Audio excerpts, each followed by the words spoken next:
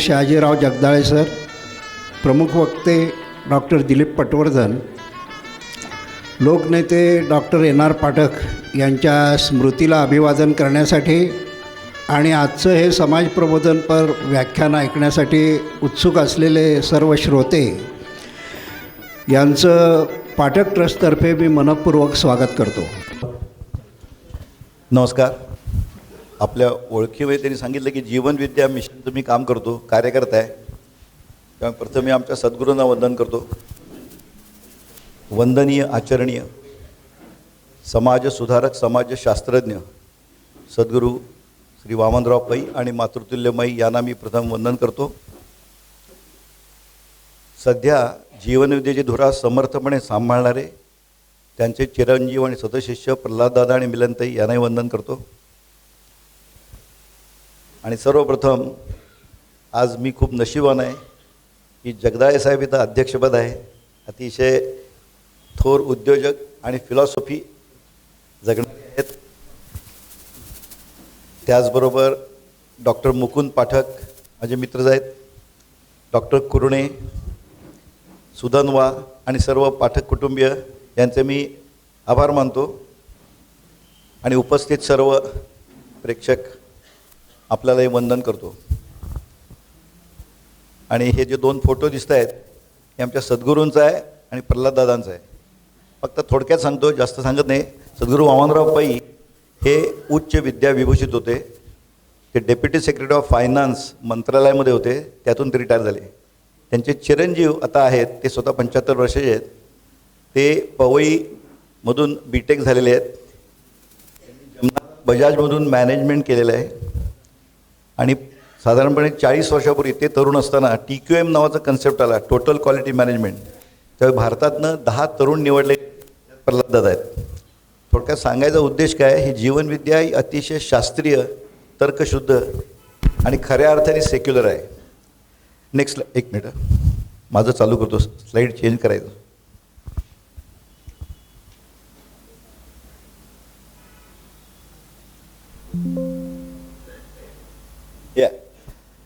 तर कुठल्याही भाषणाची सुरुवात मी नेहमी विश्व प्रार्थनेने करतो. आणि मी आपल्याला विनंती करतो की माझ्या पाठोपाठ म्हणा. तुम्ही म्हणाल ना? म्हणा, हे ईश्वरा, सर्वांना चांगली बुद्धी दे, आरोग्य दे, सर्वांना सुखात आनंदात ऐश्वर्यात ठेव, सर्वांचं भलं कर, कल्याण कर, रक्षण कर, आणि तुझे गोड नाम मुखात अखंड राहू दे. या प्रार्थनेचं तुम्हाला वैशिष्ट्य कळलं असेल, सारखा एक शब्द रिपीट होतोय, सर्वांना सर्वांना. कारण असं आहे की आपली भारतीय संस्कृतीच अशी आहे आणि निसर्ग नियमावर आधारित सर्व ही जीवनविद्या आहे. निसर्ग नियम कसे असतात? क्रिया तशी प्रतिक्रिया. म्हणून जो सर्वांचा विचार करतो त्याचाच सर्वजण विचार करतात. तुम्ही फक्त स्वतःचा विचार करत तर कोणी करत नाही. म्हणून इंग्लिशमध्ये म्हणतात, I leads to illness and we leads to wellness. म्हणून सर्वांना. दुसरा आणखीन एक महत्त्वाचा शब्द आहे इंग्लिश प्रार्थनेमध्ये, विजडम, शहाणपण मागितलं आहे. जगात हुशार लोक खूप आहेत, शहाणी इतकी नाही आहेत. शहाणी असती तर ही युद्ध झाली असती का? नसती झाली. करोनाच्या काळात एक एक पेशंट वाचवण्यासाठी प्रचंड पैसे खर्च केले आणि आता चिलटासारखी माणसं मारतायत. हे शहाणपणाचं लक्षण नाही. मग शहाणपण आणि हुशारीमध्ये फरक काय? हुशारी जेव्हा स्वतःत आणि आजूबाजूला आनंद पसरवण्यासाठी वापरली जाते त्याला शहाणपण म्हणतात. Application of intelligence. उदाहरणार्थ, ॲटॉमिक एनर्जी शोधायला खूप हुशारी लागली, पण 2 शहरं बेचिरा करणं हे काय शहाणपणाचं काम नव्हतं अमेरिकेचं, नाही का? Nagasaki no. पण त्यातनं वीज निर्माण करणं हे शहाणपण. किंवा आता आपले कलिग्ज असतात, हे असतात, दुसऱ्याचे दोष काढायला हुशारी लागते ना, नक्कीच. पण त्यावरती टोमणे मारणं हे शहाणपण नाही, आणि त्यामुळे आनंद निर्माण होत नाही. म्हणून शहाणपण मागितलं आहे. शहाणपण बाकी खूप महत्त्वाचे आहेत, पण मी फक्त थोडक्यात सांगितलं प्रार्थनेविषयी. आजचा आपला विषय जीवन जगणे एक कला आहे, नाही का? खरं सांगू का, जीवन जगणे एक कला आहे हे सर्वप्रथम सद्गुरू वामनराव पै यांनी सांगितलं 75 वर्षापूर्वी. आर्ट ऑफ लिव्हिंग वगैरे आत्ता आलं, पण त्यांच्या 100 कॅसेट्स आहेत त्याच्यावर, जीवन जगणे कला ह्याच्यावरती. आणि कुठलीही कला शिकावी लागते नाही का, नृत्यकला शिकावं लागतं, पेंटिंग शिकावं लागतं. तसं जीवन जगणं कसं आहे हे देखील शिकावंच लागतं, आपोआप येत नाही. मग त्यासाठी गुरु लागतो. आणि गुरु म्हणजे काय, दाढीदारी वगैरे नव्हे. आई आपली पहिली गुरु आहे ना, मातृदेवो भव म्हणतो ना आपण. दुसरे वडील, पितृदेवो भव. मग शिक्षक, मग ॲक्च्युली फिलॉसॉफिकल गुरु किंवा तुमच्या क्षेत्रात जी मोठी मंडळी आहेत ते तुमचे गुरुच आहेत. खरं म्हणजे आपण सगळ्यांकडनं शिकू शकतो नाही का. दत्तानी बरेच गुरु केले म्हणतात. खरं सांगायचं आपण प्रत्येक ठिकाणी शिकू शकतो. गमतीनं आम्ही म्हणतो की दारू पिऊन जो गटरीत पडतो ना, तो देखील आपल्याला शिकवतो की काय करायला नाही पाहिजे ते नाही का. तसं गुरुच आहे आपला. He tells you what not to do. तर ही कला कशी आत्मसात केली पाहिजे हा महत्त्व आहे. आणि स्ट्रेस, आणि गंमत वाटेल तुम्हाला, एन्जॉय स्ट्रेस लिहिलं आहे. लोक म्हणतात स्ट्रेस आणि एन्जॉय. येस, आज मी तुम्हाला स्ट्रेस एन्जॉय कसा करायचा हे सांगणार आहे. आणि स्ट्रेस एन्जॉय करता येतो का हा पहिल्यांदा सगळ्यांचा प्रश्न असतो. आता गंमत बघा, आपल्या आयुष्याची ABCD आपल्याला कळली पाहिजे की नाही. B म्हणजे बर्थ, ते काय आपल्या हातात नाही आहे. D म्हणजे डेथ, तेही आपल्या हातात नाही आहे. मध्ये C आहे नाही का, C चॉईस टू लिव्ह, कसं जगायचं ते आपलं आहे ना. म्हणून जीवनविद्या नेहमी म्हणते तूच आहेस तुझ्या जीवनाचा शिल्पकार, दुसरं कोणी नाही. आता आपण हॉटेलमध्ये जातो त्यावेळी मेनू बघतो ना, मेनू. आता प्रत्येकजण काय तेच खात नाही, कोणी डोसा खातो, कोणी वडा खातो नाही का. असं म्हणतात की we are not born winners nor losers, we are choosers. कळलं की नाही. मेनू आपण बघतो ना, आयुष्याचा menu. We have to choose how to live. दुसरा कोणी नाही हे करणार ते. आम्हाला काय असतं, ब्लेमिंगची खूप सवय. ह्याच्यामुळे झालं, त्याच्यामुळे. Sorry, it's wrong. You have to blame yourself. You have got some problem and you have to okay credit also if you have. तुम्हीच तुमच्या जीवनात शिल्पकार आहात हे विसरायचं नाही. आता स्ट्रेस कोणाला नाही जगात. अगदी 4 वर्षाच्या मुलाला स्ट्रेस आहे. स्ट्रेस नाही असं कुणीच नाही जगात नाही. मग प्रत्येक स्ट्रेस वाईट असतो का, प्रत्येक ताण नाही. थोडा ताण माणसाला हवा, त्याला यू स्ट्रेस असं म्हणतात मराठी इंग्लिशमध्ये. मग थोडा ताण का हवा, तर ज्यावेळी थोडा ताण असतो ज्यावेळी तुमचं पोटेन्शियल एनर्जी वाढते. तिथं मी चित्र दाखवलं बघा धनुष्यबाणाचं. आता धनुष्यबाण आहे, त्यातली दोरी असते, ती ढिल्ली सोडली तर काय मारू शकणार काय नाही ना. You have to stretch it. मग ती पोटेन्शियल एनर्जी तयार होते, then you can shoot the. त्यामुळे थोडी एनर्जी होण्यासाठी थोडं टेन्शन हवंच. एस्पेशली आता तुम्ही दुबईला वगैरे गाडी चालवली तर खरोखरच स्ट्रेस कमी असतो. कारण काय मध्ये आधी काही येत नाही. आपल्याकडं काय काय येतात मध्ये, डुकरे बैले सगळे येतात, प्राणी येतात, माणसं येतात मध्ये. तुम्ही attentive then only you can drive properly. तेव्हा सोडा स्ट्रेस हवा. आणि दुसरं सगळ्यात महत्त्व सांगू का, की स्ट्रेस एन्जॉय करण्यासाठी you have to be lucky. Luck म्हटल्यावर, नशीब म्हटल्यावर लोकांची चुकीची कल्पना आहे. नशीब म्हणजे ते दैवात, असं काही नाही. नशिबाची व्याख्या केली आहे. Hard work in right direction marriage with opportunity, that is called luck. नशीब आकाशातनं पडतही नाही आणि जमिनीतनं उगवत पण नाही. आपण घडवेल तसं नशीब घडतं. कळलं की नाही. म्हणजे डिरेक्शन राईट पाहिजे. उदाहरणात सांगतो, काही जण बरीच वेळ म्हणतात बघा, लई घाम गाळला हो पण काही यश नाही म्हणतात ना. खोटं आहे ते. त्याचं कारण सांगतो. समजा आता सांगलीहून मला मुंबईला जायचं आहे, मॅरेथॉन पळणारा माणूस आहे मी. पळायला लागलो, अगदी घामी घुम झालो 2 तासांनी, आणि डोळे उघडले तर बेळगावला पोचलो. कष्ट केले ना, बरोबर आहे ना, पण डिरेक्शन चुकली. आता तुम्हाला एक छान व्हिडिओ दाखवणार आहे मी. You will really enjoy it. आणि तुम्ही सगळेजण हसणार आहात, पण आपण हेच करत असतो आयुष्यात. Watch it. ही रिले रेस आहे, वा यू कॅन वॉच इट.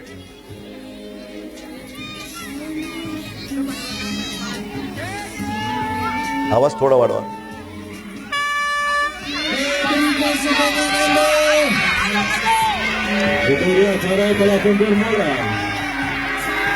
जाम जोरात पळतात नाही, सगळी जबरदस्त पळतात. Hard work they are doing 100%.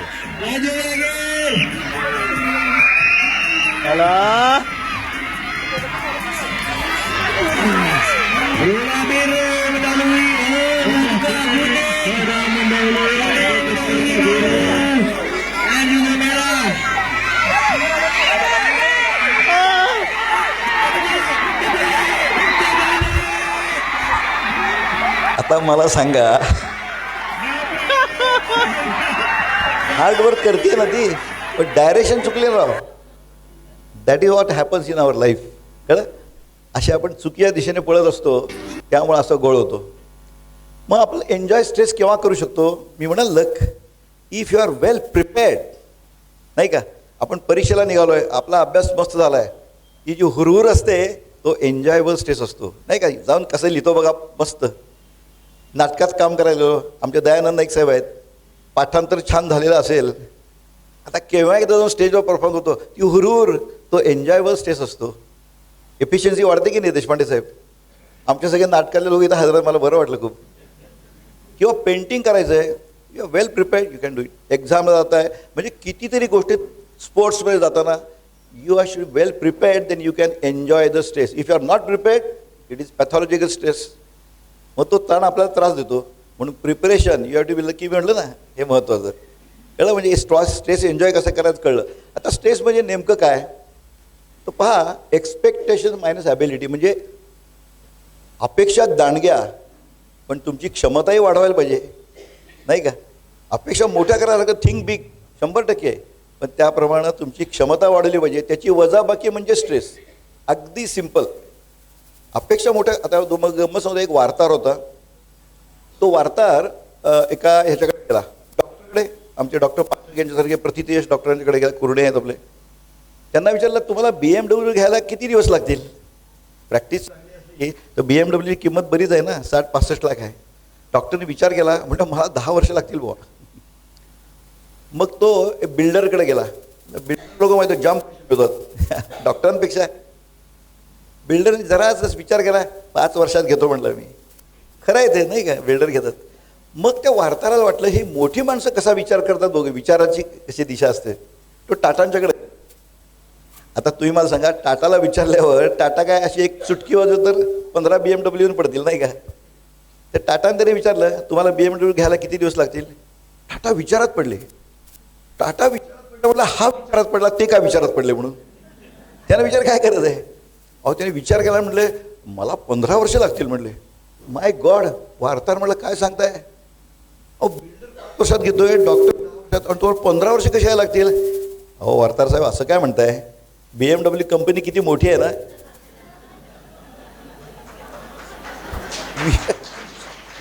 डॉक्टरचा बिल्डरचा विचारच छोटा हो, गाडीच्या पलीकडे गेलेच नाही.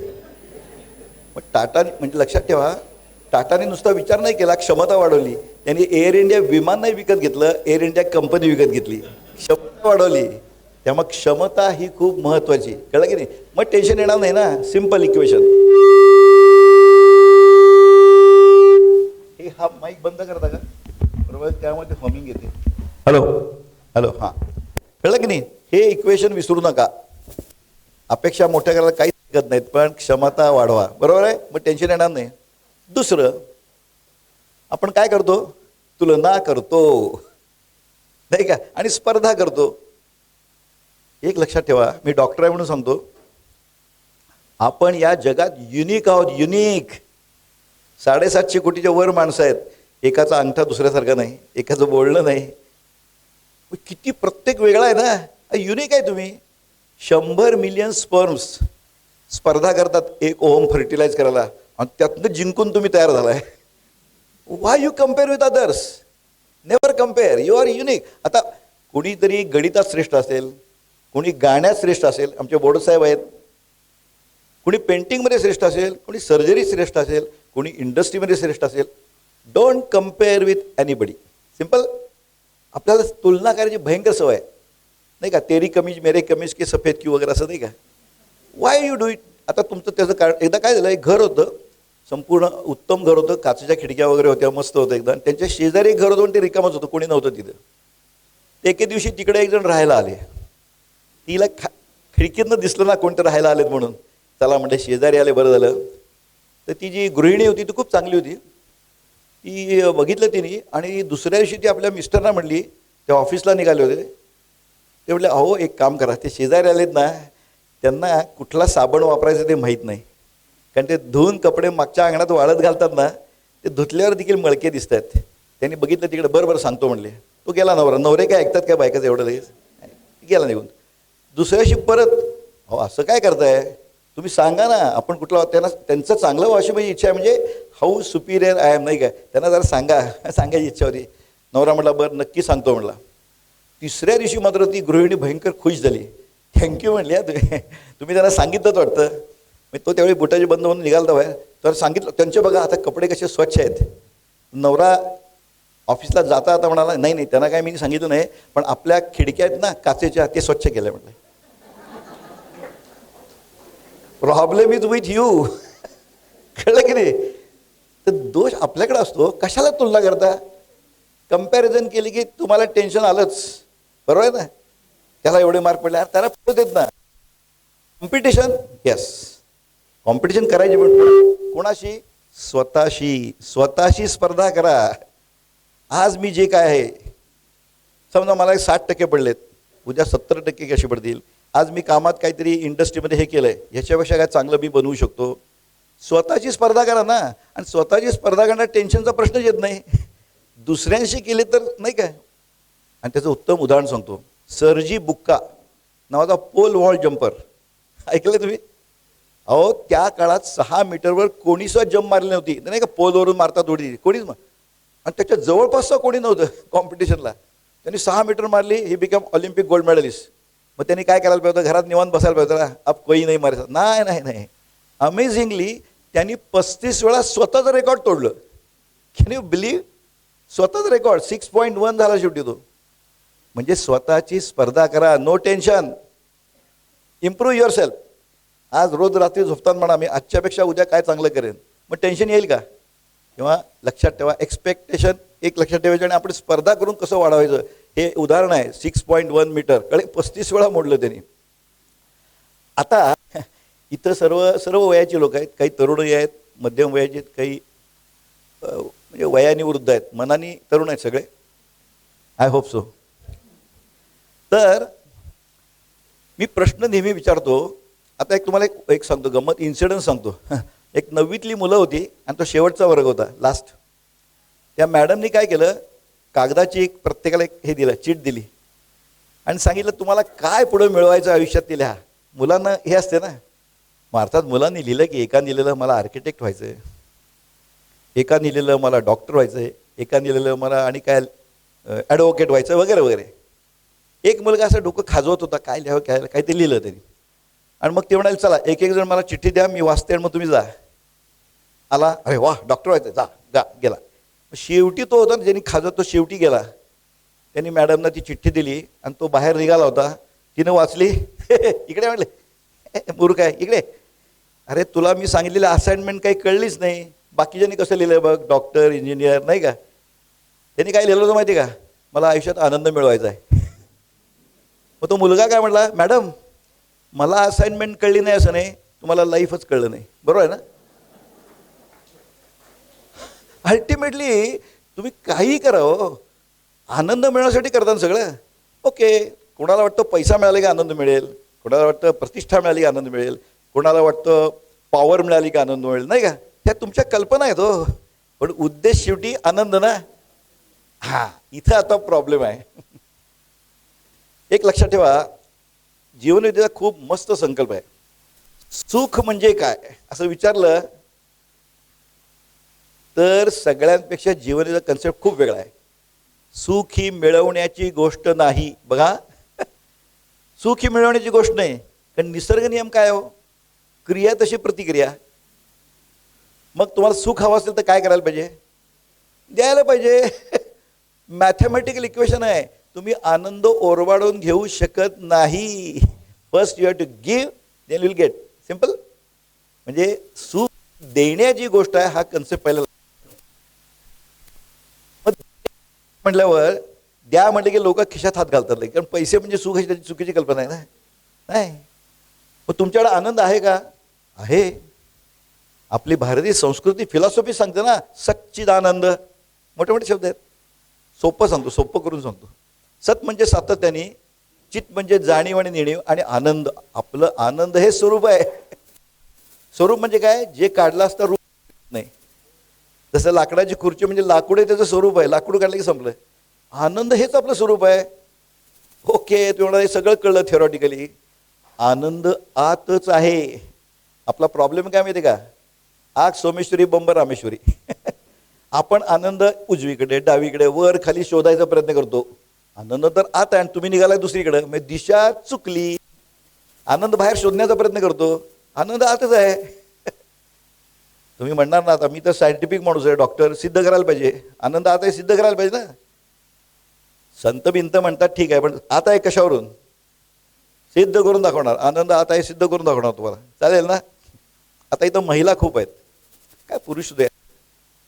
7-8 महिन्याचं बघा, 7-8 महिन्याचं मुलं असतं ना, 7-8 महिन्याचं, कुठल्या आईला विचारा, अहो दिवसातनं 300 ते 400 वेळा हसतं ते.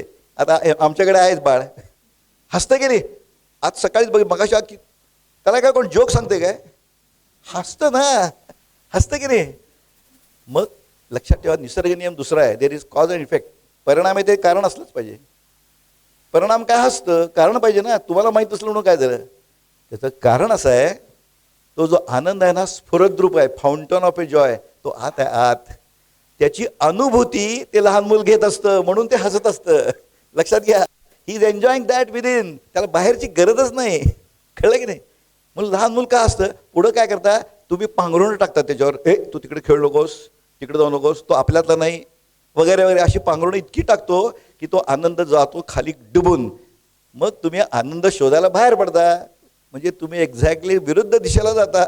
कसा मिळेल आनंद तुम्हाला? म्हणून बघा, सगळे संत असतात त्यांच्या चेहऱ्यावर स्माईल असतं की नाही? का असतो? ते डोंट नीड समथिंग आउटसाईड, आतला ते अनुभूती घेत असतात. अशी अनुभूती घ्यायला लागला तुम्ही, you start experiencing the Joy. आनंदच आनंद, कळलं की नाही? बाहेर नाही आनंद. मग काही जण म्हणतात, काय सांगताय डॉक्टर, आम्ही मस्त गाणं ऐकलं, हे ऐकलं की आनंद होतोय की आम्हाला? होतोय ना, होतो ना. आता मी तरुणांच्यात जातो, मग त्यांना अरिजित सिंग फार फेमस आहे हल्ली, आहे ना. आणि आपल्याला कसा आवडतो? किशोर कुमार, मोहम्मद रफी, आपल्या काळात नाही का, नॅचरली. खरंच आता गमतीनं सांगतो, तरुण लोक कॉलेजमध्ये सांगितले की ते रागावतात जरा. मी म्हटलं अरिजित सिंग गायला लागला ना की मला सारखं वाटतं त्याला काय कॉन्स्टिप्युशनचा त्रास आहे काय म्हणून. आम्हाला वाटतं, पण त्यांना आवडतात बरं का, काय बिघडत नाही, प्रत्येक आवड वेगळी आहे. ओके.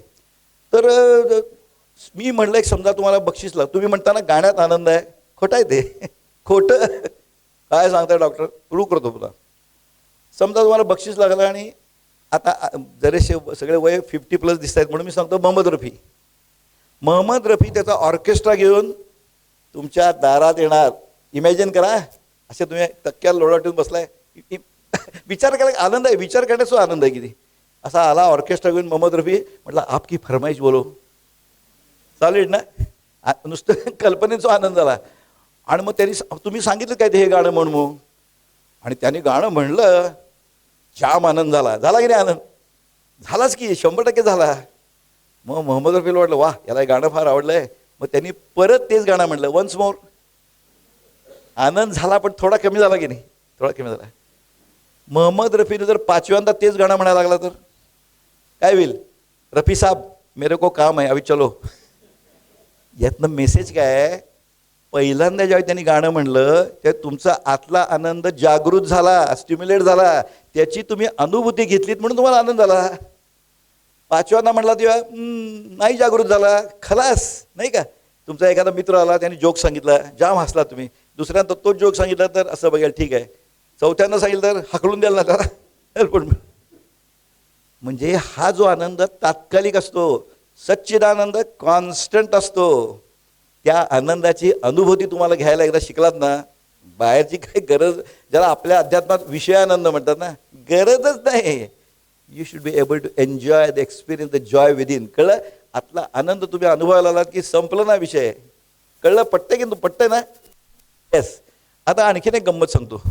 आपण वर्तमान काळात जगतच नाही. काय गंमत आहे बघा, वर्तमान काळात जगत नाही आपण. एक तर भूतकाळचं चुकीचं चिंतन, नाही का. म्हणजे काय, समजा तुम्हाला 4 वेळा एकाने छान मदत केली असेल आणि 5व्यांदा काहीतरी मिसअंडरस्टँडिंग झाला असेल, तुम्ही लक्षात काय ठेवतो? तेच आता बघून घेतो, होय की नाही. अरे 4 वेळा मदत केली नाही का तुला, यू फॉरगेट दॅट. म्हणजे चुकीचं चिंतन करतो पास्टचं. आणि फ्युचर, भविष्यकाळचं काय, अनाठाई चिंता. इंग्लिश में सुंदर हे आहे म्हणणं आहे काय, devil is not terror as is painted. असं काही नसतं जगात. म्हणून टीयर्स. भूतकाळात चुकीचं चिन्ह, टीयर्स म्हणजे काय, अश्रू येतात का, चुकीचं चिन्ह. आणि फ्युचर गिव्ज यू फिअर, नाही का. फिअर म्हणजे काय माहिती आहे, full form FEAR, false estimate of actual reality is fear. कळलं, असं काही नसतं. आणि गंमत प्रेझेंटला आपण गिफ्ट म्हणतोय ना, गिफ्ट घेतच नाही आपण. लंबक, भूतकाळ भविष्यकाळ, अरे मध्ये थांब नाले का प्रेझेंटमुळे. कळलं की नाही. आता मी जे बोलतो ना त्यातले काही जण हिअरिंग करत असतील, म्हणजे काही जण ऐकत असतील आणि काही जण श्रवण करत असतील. फरक काय, हिअरिंग म्हणजे इकडून ऐकायचं आणि तिकडून नाही. अरे ते प्रेशर कुकरला ठेवलंय, त्याची शिट्टी वाजली असेल काय, तुम्ही इथला आनंद घेतच नाही. You are not in. जिथं आहे त्यात पूर्ण mindful, then you will enjoy. लक्षात नाही, तेव्हा प्रेझेंट टेन्समध्ये जगायला शिकलं पाहिजे. गिफ्ट घेतली पाहिजे आपण. लहान मुलं असतात ना, एक 3 वर्षाचं बघा, त्यांना दंगा करत असतात का, त्याला भूतकाळ असतोच, भविष्यकाळची चिंताही नसते, तो वर्तमान काळात जगत असतो. म्हणून आपल्या एका कवीनं म्हणलं ना, लहानपण देगा देवा बुंगीसा. अरे तुमच्या आतलं जे लहान मुलं आहे ना, ते जागृत ठेवा. Enjoy the moment, enjoy the moment. लक्षात लागलं की नाही. Simple, be mindful. आता उदाहरण सांगू. हां, आता एक छान मला खरी घडलेली घटनाच होतो. माझी नाच स्वरा म्हणून आहे, आता ती मोठी झाली, त्यात 6वीत आहे ती. पण ती 3-4 वर्षे असताना मी जीवन विद्या मिशनचा अध्यक्ष होतो. तर मी दर महिन्याला मुंबईला जायचो मिटिंगला. एकदा मला सौरभशी बोलायचं होतं, माझ्या मुलाशी, म्हणून त्याला फोन केला. तो फोन आमच्या स्वराने उचलला. 3-4 वर्षाची होती ती, तिनं उचलला फोन, टेबल फोन. आता तिच्याशी मी काय बोलणार, म्हणलं काय बेटा काय करतेस तू. आता माझी काय अपेक्षा होती, मी खेळते किंवा खाते असं काही ते म्हणेल ना. तिनं जे उत्तर दिलं ना, मी उडालोच. म्हणजे लहान मुलं खरी वर्तमान काळात जगतात हे मला आमच्या स्वराने दाखवून दिलं. कळलं. तिनं काय उत्तर दिलं माहिती आहे, अहो आबा असं, म्हणजे काय काय आहेत आबा असं, अहो आम्ही तुमच्या फोनवर बोलतेय. याला म्हणायचं वर्तमान काळात जगणं, काय जगत. प्रॉब्लेम इज दिस. कळलं की नाही. अहो साधं बघा बरं, तुम्ही जेवता कशा, इकडे TV चालू आहे, हातात मोबाईल चालू आहे, इकडे बका खातायत जनावरासारखं. जेवणात लक्षच नाही आपलं. Be mindful. आणि मग तुम्ही जेवणाचा आनंद घ्यायला, प्रत्येक गोष्ट चवीची. तुम्हाला मी जपानला गेलो होतो, तिथं टी ड्रिंकिंग सेरेमनी असतो, मेडिटेशनचा एक भाग नाही. मस्त खोले, काय करायचं काय नाही, चहाच द्यायचा. इतकं सुंदर सुंदर सुबक ह्याच्यातनं आणतात, मग गरम पाणी आणतात, मग तो चहाचं हे आणतात, मग टाकतात. मग तुम्ही पहिल्यांदा स्मेल घ्यायचा त्याचा, त्याच्याकडे बघायचं त्या कलर. असं तुम्ही, हा मेडिटेशनचा एक भाग आहे. आपण असं करतच नाही हो, गटा गटा गटा पितो नाही का. आणि तुझं मन जर नसेल ना, तर ती गोष्ट ॲक्शन होत नाही. आपली सगळी इंद्रिय आहेत ना, ज्ञानेंद्रिय, तिथं मन नसेल तर त्याचा काडीचा उपयोग नसतो. सिद्ध करून दाखवू. आता मी डोळ्याचा डॉक्टर आहे, बरोबर आहे. तुम्ही चाललायत समोर, तुमच्या मनात कुठला तरी प्रचंड विचार चालू आहे, तुमचा मित्र समोरून येतो, हसतो आणि जातो, बरोबर आहे. म्हणजे तुमच्या रेटिनावरती इमेज पडलेली असते, करेक्ट. तिथं जागृत. मग तो काय फार भाव खायला आलायस, परवा बघून हसलास नाहीस, तुला कुठं बघितलं, काय सांगतो, त्या समोरून गेलो की. म्हणजे प्रतिमा डोळ्यावर पडली, पण मन नसल्यामुळं त्याला दिसली नाही, कारण दिसतंय. कळलं तुम्हाला. Be mindful that. आता सांगतो, आम्ही आमची कॉन्फरन्स असते ना, कॉन्फरन्स, आम्ही डोळ्याचे डॉक्टर सगळे. मी खरी घडलेली घटना सांगतो. आम्ही असं साऊथमध्ये कॉन्फरन्स होती, तिथं हे सुंदर देऊळ आहे ते बघायला गेलो. अहो काय देऊळ बघता ना तुम्ही, काय सुंदर देऊळ, अप्रतिम. मी तुम्हाला सांगतो, आमचा सांगलीचा माझा दोस्त होता, नाव सांगत नाही. गेलो आणि माझं भान पडलो, काय शिल्पकला आहे, आपल्या लोकांनी काय केली आहे. लकीली त्या भागात अजून तोडलेलं नाही आहे. तंजावर वगैरे आहेत ना, चोला डायनास्टी, त्याला कोणी जाऊ शकलं नाही, एक स्वत तुटलेलं नाही, मूर्ती बिर्ती काय सॉलिड. आपल्याला चोला डायनास्टी माहीतच नाही. That was terrific. तिथले आपले सरफोजीराव, नंतर माहिती आहे शिवाजीराजांचे व्यंकोजीराव तिथे होते, अप्रतिम. अहो ते बघून भान हरपलं माझं. 10 मिनिट भानावर आलो, काय बिल्डिंग आहे. तर आमचा मित्र काय करत होता, इकडून फोटो काढ, तिकडून फोटो काढ, इकडून व्हिडिओ घे. अरे गाढवा, याचे किती उत्तम फोटो अवेलेबल आहेत. हे मी भारी फोटो काढलेत म्हटलं, घरी जाऊन निवांत बघतो. त्याच्या कॅमेऱ्याने बघितलं हो देऊळ, त्यांनी पाहिलंच नाही. तेव्हा जे बघतात त्यात गेट इन्व्हॉल्ड. कळलं? वर्तमान काळात जगायला शिका. आणखी फार सुंदर घटना सांगतो तुम्हाला. एक माणूस होता, तो मदुराईचा होता आणि तो प्लेननी मुंबई एअरपोर्टवर आला. ओके. आणि त्याच्या त्या नातेवाईकांकडे जायचं होतं तर त्याने टॅक्सी केली, टॅक्सीत बसला आणि पत्ता सांगितला, तिकडे चालली होती गाडी. तेवढ्यात त्याला आठवलं, अरे दुसऱ्या पण नातेवाईकडे जातोय, नुसतं मोकळ्या हातानं कसं जायचं, नाही का, काहीतरी करूया. म्हणून त्यांनी काय केलं, तो जो टॅक्सी ड्रायव्हर होता ना त्याच्या खांद्यावर हात मारला, असं लक्ष वेधण्यासाठी हात मारला. म्हटलं एक काम कर, जर मिठाईचं दुकान दिसलं तर थांबव जरा गाडी बाजूला, मी उतरतो, मिठाई घेतो, मग जाऊ आपण पुढे. विलक्षण घटना घडली हो, कल्पनेच्या बाहेर घटना घडली. आपल्यावर तो टॅक्सीवाला थरथर थरथर कापायला लागला, घामाघूम असं असं हालायला.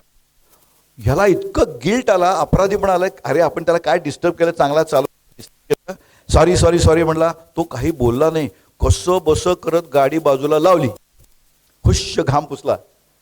तो म्हटलं सॉरी, म्हणला मी काय तुमचं लक्ष वेधण्यासाठी खांद्यावर मला, आय एम सॉरी, माझं चुकलं. नाही साहेब म्हणा, तुमचं काहीच चुकलं नाही. म्हटलं चुकलं नाही, हार्ट अटॅक, नाही नाही म्हणला साहेब तुमचं चुकलं नाही. मग काय कारण काय सांगतो म्हणला. कारण काय झालंय म्हणला, गेली 26 वर्ष काल रात्री 8 वाजेपर्यंत मी फक्त मोठी लॉरी चालवत होतो, आज पहिल्यांदा छोटी टॅक्सी चालवतोय. It's okay. आणि पहिल्यांदा चांगला चालवत होतो तो, आणि असा काय मोठा फरक आहे लॉरी आणि. अरे म्हणजे पण तू पहिल्यांदा छान चालवत होतास, मी तुझ्या खांद्यावर हात मारला सगळं. नाही म्हटलं साहेब तुमचं काय चुकलं नाही, तुमचं बरोबरच आहे, लक्ष वेधण्यासाठी करायलाच पाहिजे. मग काय झालं म्हटला, 20 वर्ष काल रात्री 8 वाजेपर्यंत मी जी लॉरी चालवत होतो ना त्यात फक्त प्रेतच होती हो, जिवंत माणूसच नव्हता. मग खांद्यावर हात पडल्यावर काय होईल? त्या प्रकारे आपण भूतकाळात राहतो आणि भूतकाळ आठवणी, चुकीचे राग, चुकीचा द्वेष उकरून आणि वर्तमान काळ खराब करतो. हा मेसेज आहे यातला. खरं आहे ना? पटतंय की नाही? Never do that, never do that. हे तर उपाय तुम्हाला सगळ्यांना माहिती आहेत. मेडिटेशन, बरं. मेडिटेशन म्हणजे काय? तुमच्या विचारांची संख्या कमी करायची. अर्थात लोक सांगतात थॉटलेसनेस म्हणून, म्हणजे विचाररहित अवस्था वगैरे. आय एम सॉरी, मला वाटतं की विचाररहित अवस्था वगैरे जरा थेरॉटिकल आहे, कारण विचाररहित अवस्था आहे हा स्व विचारच करावा लागतो ना, असं ना का? पण कल्पना ऐकूयात नाही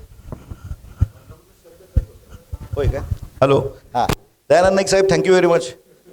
हे आमचे नाटकवाले आहेत सगळेच, देशपांडे आणि त्यांनी आता भारतीय साऊंड सिस्टीम भारी केली एकदम. थँक्यू. त्यांच्या लक्षात आलं. मागं ऐकू येतं ना मी काय बोलतोय ते? नाही येत?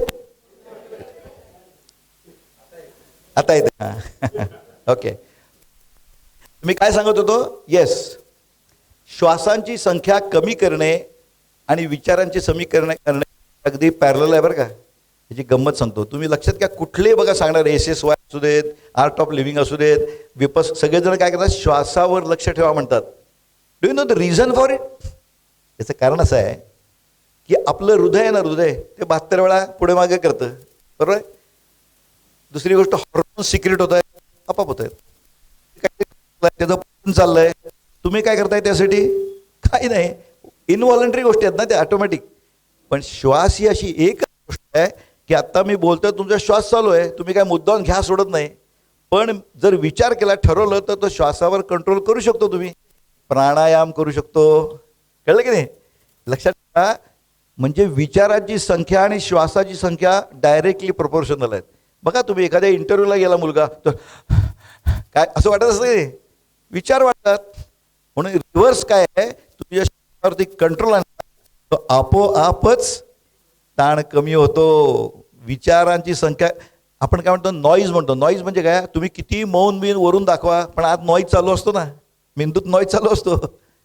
तो कमी होण्यासाठी विचारांची संख्या कमी करण्याची गरज आहे. ते प्राणायामाने सिद्ध होतं. म्हणजे बोथ वेज आहे. कारण ह्याला सप्लाय आपल्याला माहिती आहे, डॉक्टर फ्रेनिक नवर आणि sympathetic parasympathetic both are working.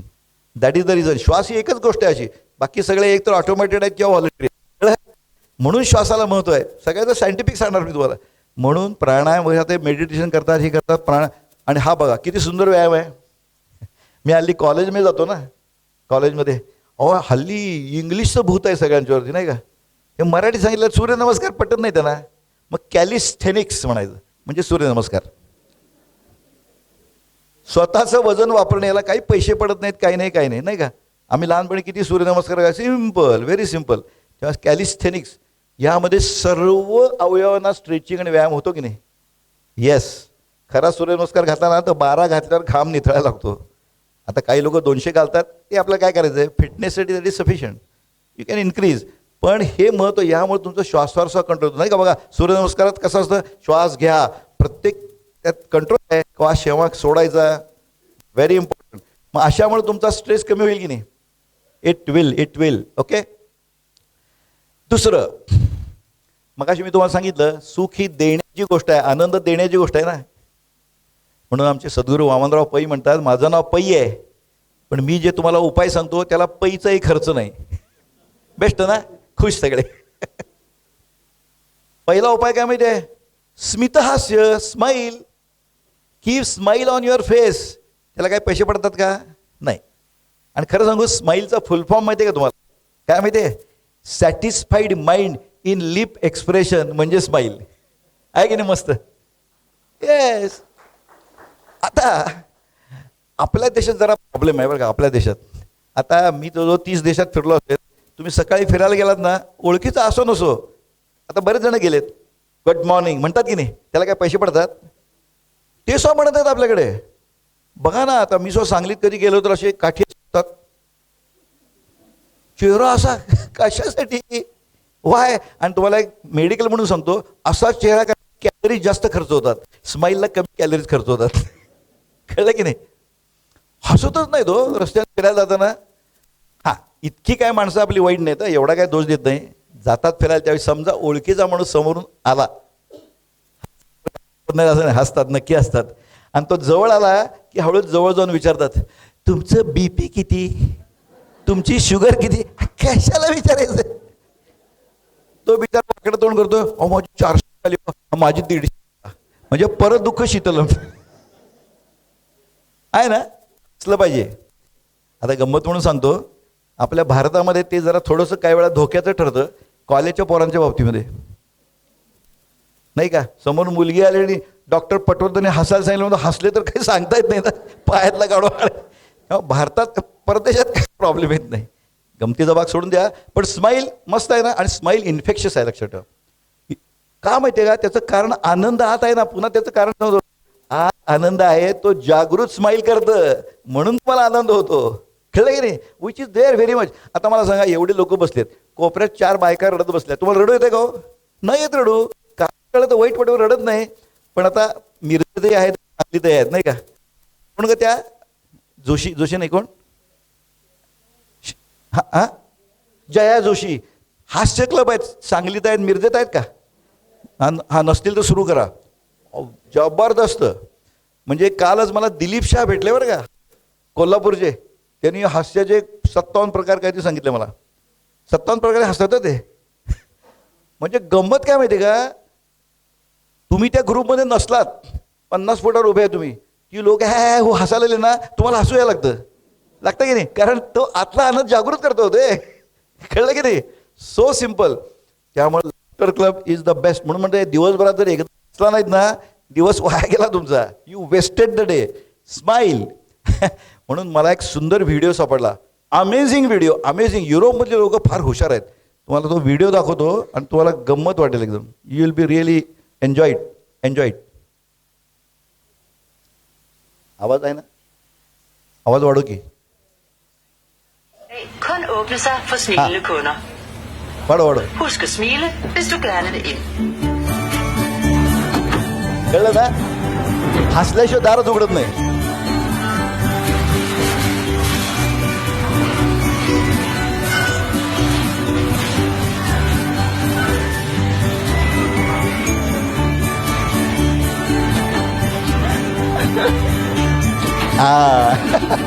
हसल्याशिवाय दारच उघडत नाही ते. खरं आहे. I think it is in Belgium. I think so, Belgium. चालेल आहे ना. मला सहज मनात विचार आला, भारतात जर असं हॉटेल काढलं, ते दार कायमच बंद राहील. Isn't that true? हसलं पाहिजे हो माणसाने. So simple. आता दुसरं काय करू शकतो आपण माहिती आहे? आपण स्तुती करू शकतो की नाही? स्तुती, ॲप्रिसिएशन कोणाला आवडत नाही हो? आता मला सांगा, आरती असते ना, देवाची आरती. आरती काय असतं हो? देवाची स्तुतीच असते की. देवाला जी गोष्ट आवडते ती तुम्हाला आवडणार नाही का? आवडणार ना. कोणी स्तुती केली बरं वाटतं. वरतून म्हणेल नाही नाही कसं कसं, पण आतून गुदगुल्या होतात की नाही? नक्कीच. कारण मला आठवतं ना, आम्ही नाईक साहेबांच्या अंडर मी नाटकात काम केलं. कोण म्हणलं काय डॉक्टर काम चांगलं केलं. ठीक आहे ठीक आहे. आतून गुदगुल्या. हा ॲप्रिसिएशन कोणाला आवडत नाही? ॲप्रिसिएशन देशात लोक आहेत भयंकर. ॲप्रिसिएशन सांगा, तुमच्या सगळ्यांनी घरं बिरं बांधली असतील नाही का? मग वास्तुशांत करता ना, वास्तुशांत. वास्तविक आता वास्तू शांतच असते.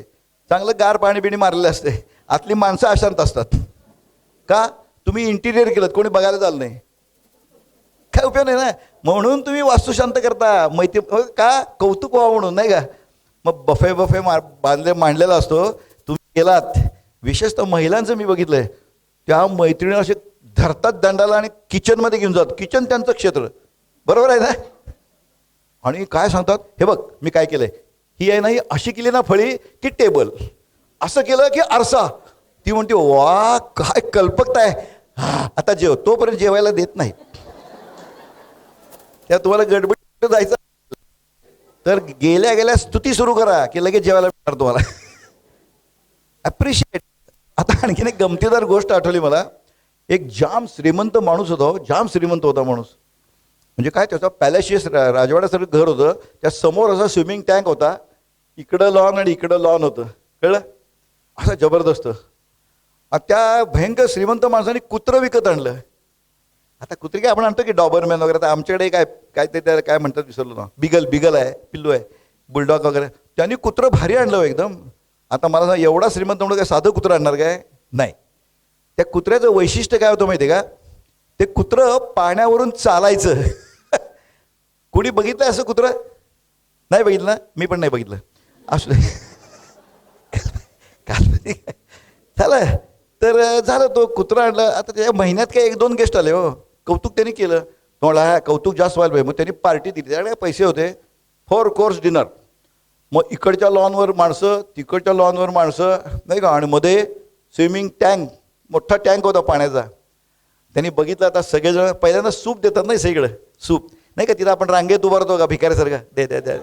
त्या हाली ती बुफेमध्ये. मग सगळ्यांनी घेतलं, असे सूप पित होते नाही का, सूप पितात सगळे. आता म्हणा this is the time to get appreciation. असा उभारला, असा बोल, टॉमी कम हिअर. टॉमी म्हणजे कुत्र्याचं नाव टॉमी होतं. कुत्र्यांना मराठी कळत नाही काय कोणास आय डोंट नो. टॉमी म्हणलं. आमच्या वेळी मोती बिती म्हणायची नाही का, पण आता टॉमी. आणि त्यांनी चेंडू घेतला आणि स्विमिंग टँकच्या लांब टाकला तिकडे. Come on go and get it. जाऊन घेऊन ये. मला सांगा, विचार करा तुम्ही, ते कुत्रं पाण्यावरून चालत जाऊन उलटं येणार. सूप पिणारी माणसं काय करतील असं वाटतं तुम्हाला?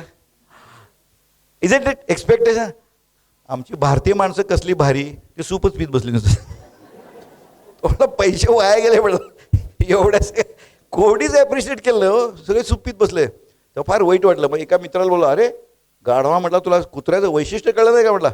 हो असं काय करतोय, कळलं की म्हटलं मला. त्याला बरं वाटलं, एकाला तरी कळलं. त्याला आईस्क्रीम अजून एक दिलं त्याने. इकडे म्हटलं, हे घे माईक, आता सांग सगळ्यांना कुत्र्याचं वैशिष्ट्य काय. मग सांगितल्यावर तरी कळेल ना ही कल्पना. मग पुन्हा उभारलो होतो. बोल म्हटला. त्यानं काय सांगावं, फार भारी सांगितलं. तो म्हणला, अरे तुझ्या कुत्र्याला पोहायला येत नाही. आता मला काय आपण चांगलं बघ. अमेझिंग आहे ना. तिसरी गोष्ट, मान दिला की मान मिळतो की नाही. मान दिला तरच मान मिळतो, नाही तर मिळत नाही. मान द्यायला शिका, त्यांनी भयंकर आनंद निर्माण होतो. तुम्हाला एक आपल्या भागातलीच घडलेली गोष्ट सांगतो. मान खूप महत्त्वाचा. आपल्या इथे कोल्ड स्टोरेजेस आहेत बघा बरीच नाही का. आपले द्राक्षबिक्ष ठेवतात, तासगाव वगैरे. तर त्या कोल्ड स्टोरेजमध्ये काय होतं, खूप टेम्परेचर खाली जातं बघा नाही का. तर त्या कोल्ड स्टोरेजचं तिथं काही इलेक्ट्रिकल फॉल्ट झाला. मग इलेक्ट्रिक इंजिनियर्स आहे, ते दुरुस्त करते. दुरुस्त काय एका दिवसात व्हायचं नाही. मग करायचे, जायचे, पुन्हा दुसऱ्या दिवशी यायचे.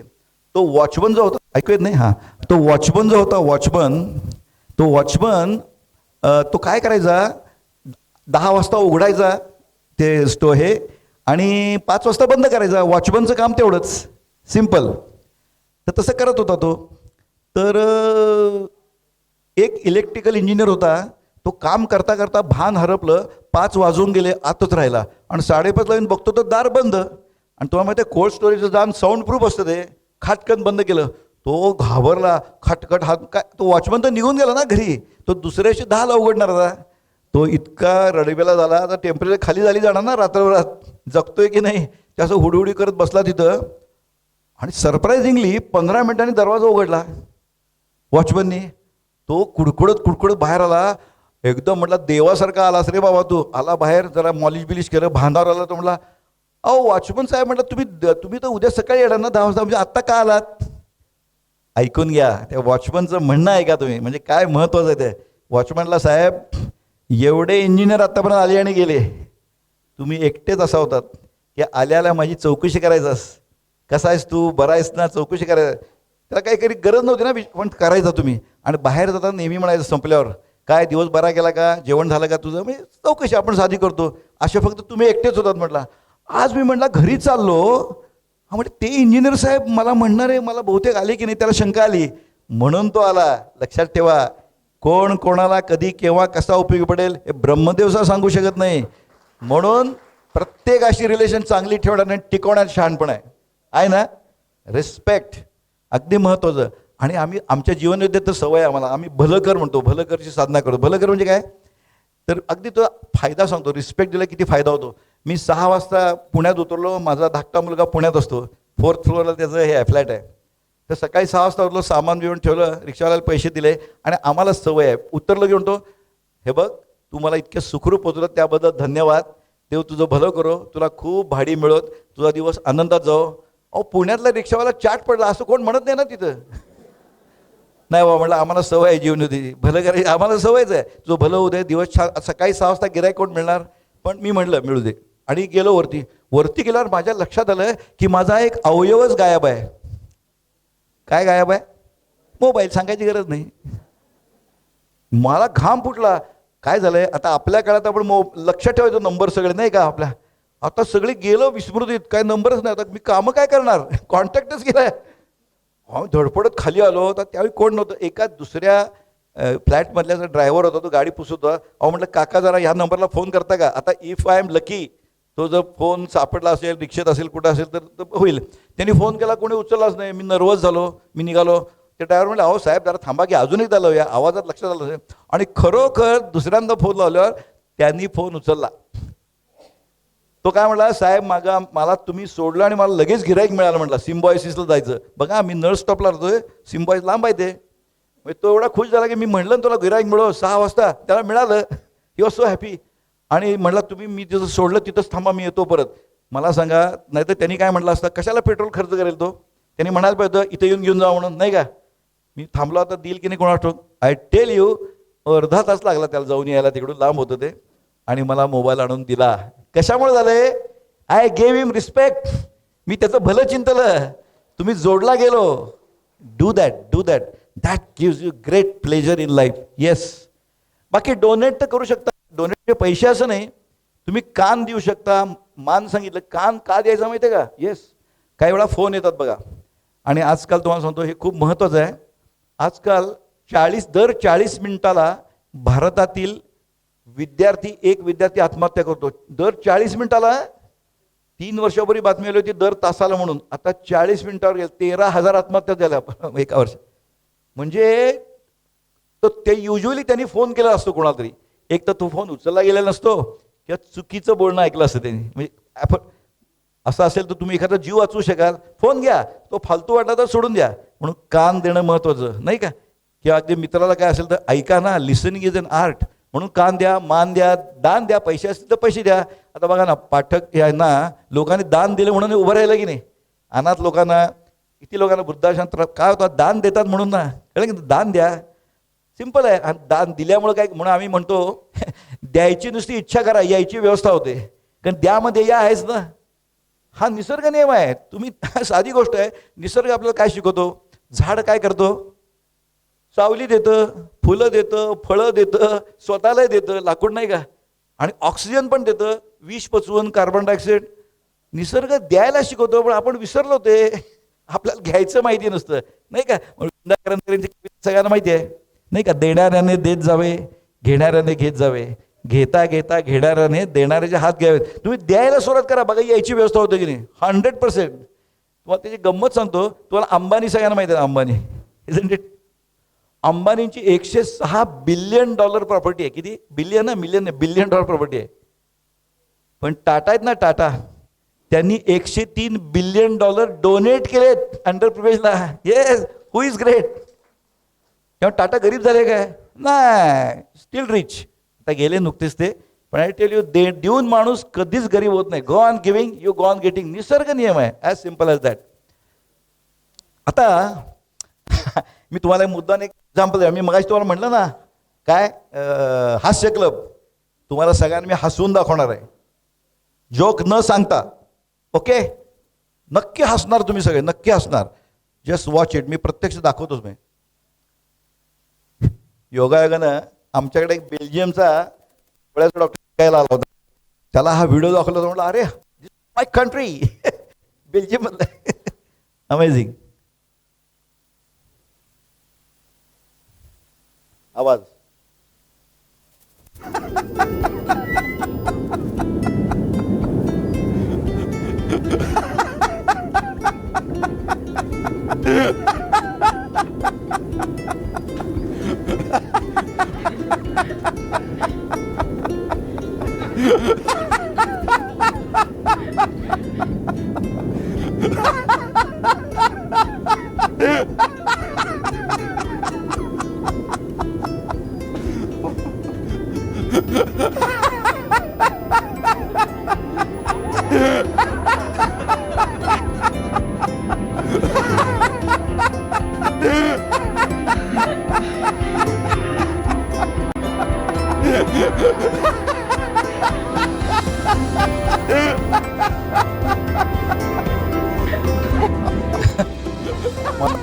Surprisingly I was bit surprise.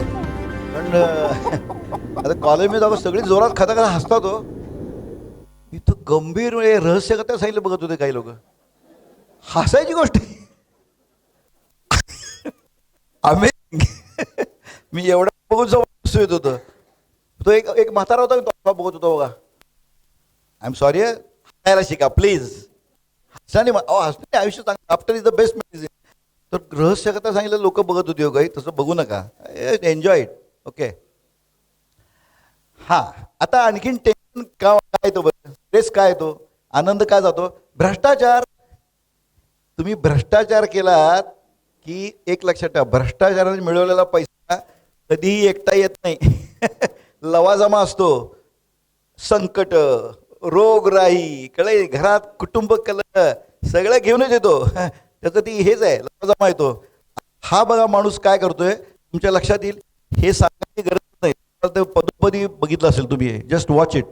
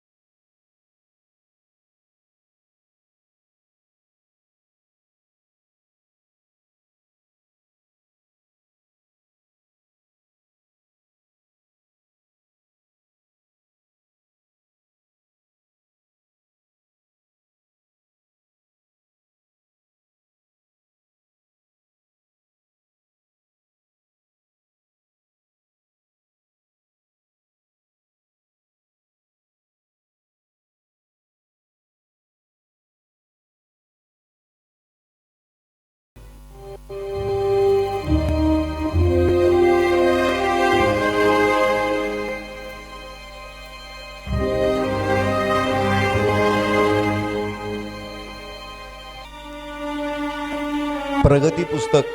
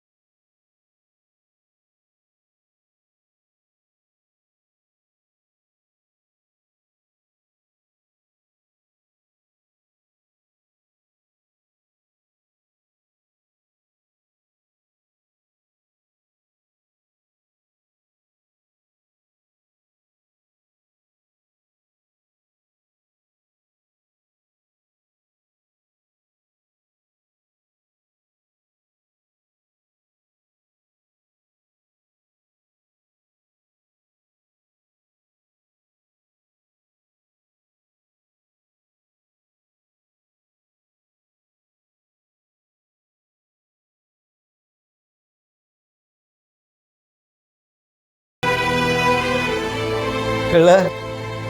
त्या मुलीनं बापाची किंमत 8 आणे केली, 8 आणे. एवढीच तुमची लायकी. किती पैसे मिळवा, बापाची किंमत मुलीनं 8 आण्याच्या वर केली नाही, एवढीच तुमची लायकी. लक्षात ठेवा, जे कोणी भ्रष्टाचार करतात लक्षात ठेवा, तुमची पुढची पिढी तुम्हाला अजिबात मान देत नाही. शुड बी कमांडेड, नाही का, नॉट डिमांडेड. ही पिढी म्हणणार हे काय बाप आपला असला पैसे खातोय, 8 आण्याच्या वर किंमत नाही. कळलं ना? आणि असा पैसा कधी एकटा येत नाही, लवा जम्या सकट येतो. संकट, कॅन्सर, आणि मरत पण नाही. ते मेलं तर एक वेळ परत पॅरालिसिस पडतात. कारण ते वैशिष्ट्यच आहे. असा येणारा पैसा ज्या मार्गाने येतो त्या मार्गानेच जातो. म्हणून मुद्दाम सांगितलं, आनंद पाहिजे असेल जगात तरी असली भानगडी करायची नाहीत कुणी. हां, आता हे थोडं सायंटिफिक सांगतो की हे जे हल्ली हार्ट अटॅक्स वगैरे येतात ना भयंकर, ते सायंटिफिक रिझन सापडलं आहे. काय? स्ट्रेस आला ना की आपले ब्लड वेसेस आहेत ना, ते इंडोथेलियम म्हणजे आतलं भाग असतं ना, त्याला चरे पडतात. आणि मग तिथं कोलेस्ट्रॉल, बॉडीत जे लिव्हर कोलेस्ट्रॉल तर ते जाऊन अडकतं. आणि त्यातून बघा किती यंग लोक अंडर स्ट्रेस आहेत पीअर प्रेशरमुळं. ते का मरत आहेत? त्यांना बाकी इव्हन ते व्यसनी नसतात, काही नसतात, still because of stress blood वेसल्समध्ये थ्रॉम्बोएम्बॉलिक फेनॉमेनॉ इज प्रूव्ड. मुद्दाम सायन्स का दाखवलं, मी डॉक्टर आहे म्हणून दाखवलं जरा. Stress is the factor nowadays. Young लोक बघा पटापटा मरतात हार्ट अटॅक येऊन. कळलं की नाही? कारण कोलेस्ट्रॉल, बाहेरचे कोलेस्ट्रॉलचा काही संबंध नाही. तुम्ही बॉडीज लिव्हर आपलं कोलेस्ट्रॉल तयार करतं आणि तेच जाऊन क्लॉक करतं, तिथं सिलिंग करतं ना ते. कळलं? Very important. आता क्रायसिस आयुष्यात सगळ्यांना येतो, आयुष्यात संकट येतात. त्याला उत्तर त्यांनी कार म्हणून दिलंय. फार सुंदर आहे उत्तर. सी म्हणजे काय? Change that is changeable. जे बदलता येणं शक्य आहे ते बदला. दुसरं ए, ॲक्सेप्ट. वस्तुस्थितीचा स्वीकार करा, त्याला सुरेख आकार द्या. ॲक्सेप्ट. करोना आला, यू हॅव टू ॲक्सेप्ट. कळलं? तिसरं काय? Remove yourself from the situation. तुमचा वितंडवाद कोणी घालत असेल, थांबूच नका, तिथे सोडून जावा.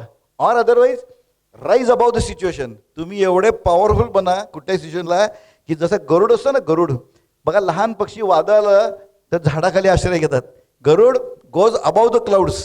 मग त्याला ती घटना किरकोळ त्याच्या दृष्टीनं. अशी तुमची क्षमता वाढवा. कार क्रायसिससाठी उत्तम. आता हे जरा मुद्दाम सांगतो थोडंसं. तुम्ही आता वयस्करात पण जे तरुण आहेत त्यांना तरुणांना सांगायचं, लग्न हल्ली आपल्याला किती गोंधळ आहे नाही का? बघता बघता क्षणी म्हणे काय प्रेमाचा स्फोट होतो आणि लग्न झालं लगेच घटस्फोट होतो. हे फार कॉमन आहे हल्ली नाही का? लोकांना प्रेम म्हणजे कायच कळत नाही. जीवनविद्येनं प्रेमाची व्याख्या केली आहे. प्रेम म्हणजे काय माहिती आहे का? एकमेकाला सुखी ठेवण्याची उत्कट भावना म्हणजे प्रेम. शाहरुख खान सारखं नाही, मुझे नाही मिळतो किसको नाही मिळते. ते गाढवी जनावर, ते जनावर म्हणजे त्याला आवर नाही. ते कळलं? नो. लव. लोक काय म्हणतात, I love ice cream. Sorry, you can't love ice cream, you can like ice cream. Like म्हणजे काय? आईस्क्रीम चांगलं झालं असेल तर आवडेल, वाईट असेल तर. लव म्हणजे एकमेकाच्या गुणदोषासकट जेव्हा तुम्ही एखाद्याला ॲक्सेप्ट करता ॲज इट इज, त्याला प्रेम म्हणतात. तुम्ही काय सर्व गुण संपन्न आहात काय? तुमच्यातही दोष आहेत. प्रेम असं असतं, हे लोकांना कळत नाही. त्यामुळे लक्षात ठेवा प्रेम. आता ह्यासाठी छान अगदी अगदी तुम्हाला थोडक्यात सांगतो. या 5 गोष्टी लक्षात ठेवल्या तर लग्न तुमचं यशस्वी होतं. हे तरुणांना सांगण्याची गरज आहे आज. पहिलं काय? संवाद. मिनिंगफुल संवाद. विसंवाद नाही, संवाद करा. नवरा बायकोने रोज 1 तासभर एकमेकाशी बोललं पाहिजे. घरातल्या बा मुलांचं काय करायचं, काय जे काय बोललं पाहिजे, जे संवाद केला पाहिजे. महत्त्वाचं आहे संवाद, फार महत्त्वाचा आहे. आता कसं असतं, हल्ली कोणाला तरी दुसरीकडे नोकरीला जावं लागतंय. तर आता मी अनुभव सांगतो. पुरुष लोक आपण आहे ना कधी फोन करतो काय पोचल्यावर? बायकोच फोन करते, पोचलात का? बरं, हा महिलेचं मेंदू आहे तसं, तो इमोशनल क्वेश्चन जास्त आहे नाही का. आणि मग ती काहीतरी फोन करते तुम्हाला, आणि पुरुषांचा तो प्रॉब्लेम असतो, आपण टू द पॉईंट बोलतो, कारण आपण लेफ्ट हेमिस्फिअर बोलतो नाही का, नाही का, आपले इम्पल्स असते. हां, हे झालं, ते झालं का, झालं की खट की बायको लगेच म्हणते मी फोन का ठेवला, मी बोलते आहे ना तुमच्याशी. कॉमन आहे ना एक्सपिरियन्स. नवरा ठेवून देतो फोन. मग तुम्ही तसं करू नका. सुख आनंद मिळवायचा असेल तर तुम्हाला सांगतो, आनंद मी कसं काय करायचं, फोन आला, पुरुषांना सांगतोय, तर तुमचं काहीतरी काम चालू असते लॅपटॉपवरती, काम करत राहा, पण कानाला फोन लावून ठेवा. हां, काय झालं, हां हां, वा वा, छान छान. म्हणजे तिला तिकडे काय कळत नाही तुम्ही काय करताय ते, तुमचं काम चालू ठेवा. म्हणजे एक काय तडजोड ना दोन्हीमधली करत राहा. फक्त हे काय थोडं तरी ऐकत जावं व्यवस्थित. नाही तर प्रॉब्लेम येतो. एकदा एकाने असंच हा हा हू करत होता, की बायको म्हटली अहो आपले शेजारी आहेत ना, त्यांचे वडील वर गेले. वा वा, छान छान. Be careful. कळलं की नाही, तेव्हा काळजी घ्या. म्हणजे संवाद चांगला पाहिजे. पटलं. दुसरं टच, स्पर्श. स्पर्शात खूप गंमत असते. हं, जी गोष्ट शब्दात व्यक्त करता येत नाही ते स्पर्शात व्यक्त होते. वासनेचा स्पर्श, प्रेमाचा स्पर्श, ॲश्युरन्सचा स्पर्श, नाही का, रागाचा स्पर्श. कारण सगळ्या गोष्टी काय शब्दात व्यक्त करतात, जास्त स्पर्श. अगदी साधं सांगतो, घरात आपल्या आजी असतात, त्यांना काय फारशी गरज असते, आपल्याला इग्नोर करणं एवढंच असतं ना. मी या IT मधल्या लोकांना सांगतो, जा आजीचा हात हातात घ्या. अहो माऊलीला काय दिवस मस्त जाईल ना, विचारा गोळ्या घेतल्यास का, काहीतरी गोळी चालू असते की. माऊलीचा दिवस कायला पैसे पडतात का, हे IT वाला खूप कसलं काम होते, धर ना हातात. स्पर्शात खूप गंमत असते, लक्षात ठेवा. त्या स्पर्श हे मत. आणि ऑक्सिटोसिन नावाचा हॉर्मोन रिलीज होतो, कडलिंग हॉर्मोन म्हणतात त्याला सायंटिफिकली सुद्धा, नाही का. हल्ली तर माहिती आहे ना, गायी पाळतात म्हणे, माहिती आहे, गायी पाळतात, आणि त्याला गाईला असं कुरवाळायचं म्हणजे ब्लड प्रेशर कमी होते. काय काय काढतात, अमेरिकेतनं आलाय तो पण. घरातल्या बायकोला कुरवाळत नाहीत, ते गाईला कुरवाळतात. असू दे. तिसरं, यू शुड बी कनेक्टेड. कळलं की नाही. कनेक्ट म्हणजे काय, आपण कॉन्टॅक्टमध्ये असतो पण कनेक्टेड नसतो. That is the problem. We are in contact but not connected. Connected राहा. म्हणून मी नेहमी सांगतो, रोज एक तरी जेवण घरातल्यांनी एकत्र केलं पाहिजे, एकत्र. त्यावेळी आपला तो अवयव दुसऱ्या खोलीत ठेवायचा किंवा एरोप्लेन मोडवर ठेवायचा. कळलं की नाही. आणि मग भांडणं एकमेकाशी, अरे पण you get connected. Connection is important. नाही तो बघा, मी पिक्चरला चाललो, मी इकडे चाललो, संपलं. काय कॉन्टॅक्ट आहे का, हा कनेक्शन नाही आहे. Should remain connected. आणि रिस्पेक्ट, येस, नवरा बायकोने एकमेकाला रिस्पेक्ट, मान दिला पाहिजे. मान दिला तरच टिकतं, नाही तर टिकत नाही लग्न. आणि शेवटचं म्हणजे फ्रीडम, स्वातंत्र्य पाहिजे. म्हणजे काय, उदाहरणार्थ माझ्या बायकोला क्लासिकल खूप आवडते, नाही का, म्हणजे परवीन सुलताना किंवा असे चांगल्या चांगल्या गायिका आवडतात. मला काय एवढं खास आवडत नाही. मग ती बाई म्हणते, बायको म्हणते, अहो परवीन सुलतानाचा कार्यक्रम झाला, चला ऐकायला. हे पैसे घेऊन जा, नाही का. पुरुषांचं नाही, तसं करू नका. महिला मी सांगतोय ॲग्री होतील. महिलांना गाणं तर आवडत असतंच, पण नवऱ्यानी बरोबर आलेलं आवडत असतं. बरोबर आहे की नाही.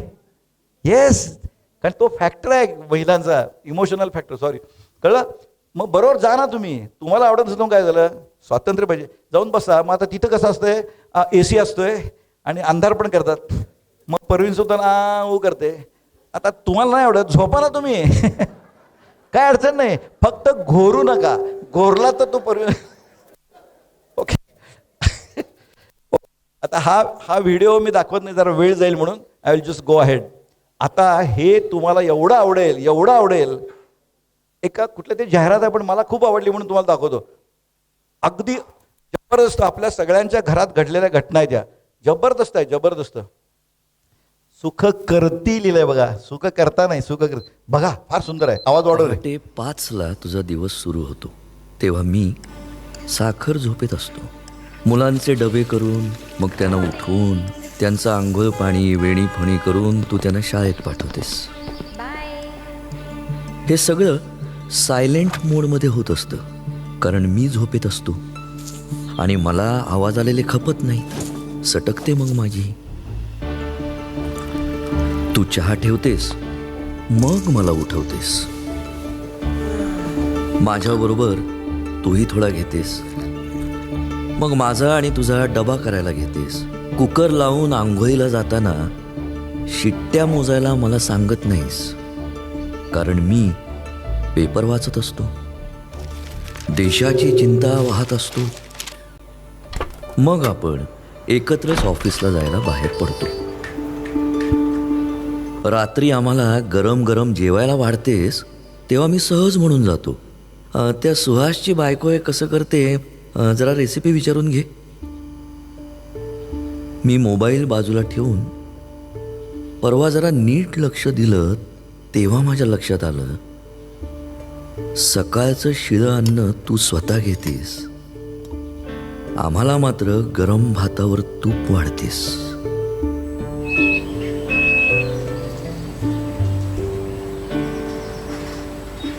आजकाल तू थकतेस, हश्य हुश्य करतेस.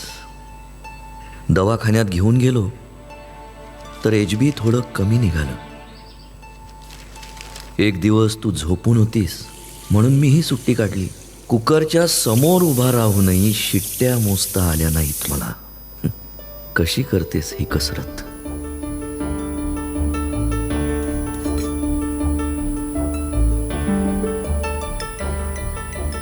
अन्नाला नावं ठेवू नये हे मुलांबरोबर मीही शिकलो. परवा तुझ्याशी जोराचं भांडण काढलं. मला गार भात आवडतो तर स्वतःच हावरटासारखं खाते असं रागानं म्हटलं. ताजं अन्न, तूप हे तुला सक्तीचं केलं. आता देशाची चिंता सोडून आपण दोघं मिळून प्राणायाम करतो. फरक काय तुमच्या दोघात? त्यांनी भिंत चालवली आणि तू हे घर. Better late than never. आवडलं ना? घराघरातील हॅपी. आता बघा, आजकाल घटस्फोट होताना I feel very bad. Single mother single नाही, मुलाला आई वडील दोन्ही हवे असतात. तुम्ही मुलांच्यावर अन्याय करता की नाही अन्याय? हे नेवर डू दॅट. एक तर लग्न करू नका, केलं तर मुलं होऊ देऊ नका. मुलं झाल्यावर ती तुमची संपत्ती आहे. That very bad. तर तुम्हाला सांगतो, या मुलीकडे तुम्ही लक्ष द्या, या मुलीकडे लक्ष द्या. ठीक आहे? मला सुंदर व्हिडिओ सापडला. आय रिअली फेल्ड बघा, तिचे आई वडील येणार असतात ना, तर कशी तिची भावना होती बघा. Just watch it. सगळ्यांच्या आले, तिचे दिसले नाही तिला आई वडील. गावरी बावरी झाली. हा दिसले.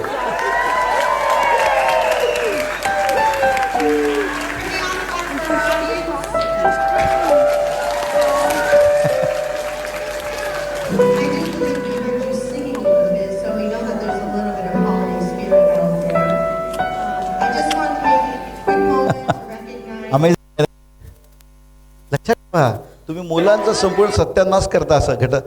आणि नुसती मुलं नाही, आई बाबा नाहीत, आजोबा सुद्धा हवे असतात. Watch it, watch it. Very beautiful. Then I found myself down some trouble. My hands speaking words of wisdom. And in my heart, standing out in front of me, speaking words of wisdom.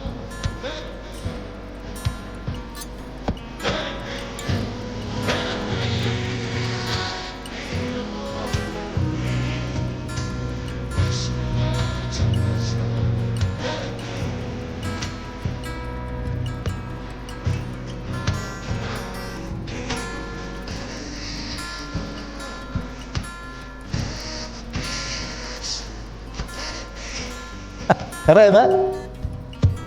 आजोबांचं प्रेम फार वेगळं असतं नाही का? आजी आजोबांचं दुधावरची साय म्हणतात ना. खरं आहे ना? मुद्दाम मी आणला की आजी आजोबा लागतात. हल्ली एकत्र कुटुंब होती कमी व्हायला लागले नाही. काय म्हणतात त्याला? Joint family. मी तर गमतीनं म्हणतो, नवरा बायको एकत्र राहिले तर जॉईंट फॅमिली म्हणायची वाढलेलं आहे. Very very. एनिवे, आता 2 व्हिडिओ दाखवणार आहे. बस मेसेज देऊन जाणार तुम्हाला. जबरदस्त मेसेज.